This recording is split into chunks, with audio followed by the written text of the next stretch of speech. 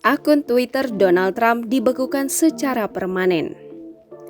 Twitter Inc. Amerika Serikat mengumumkan pada tanggal 8 Januari waktu Amerika Serikat atau 9 Januari 2021 waktu Indonesia Barat, bahkan mereka telah secara permanen menangguhkan akun Twitter milik Presiden Amerika Serikat Donald Trump.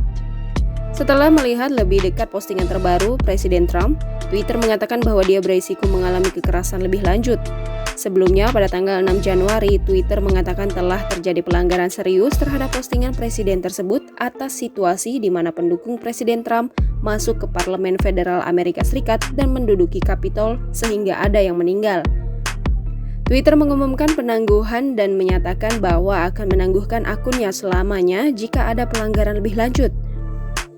Twitter mengatakan dalam sebuah pernyataan bahwa postingan Presiden Trump kepada pendukung pada tanggal 8 Januari dapat mendorong aktivitas kriminal seperti yang terjadi di Capitol.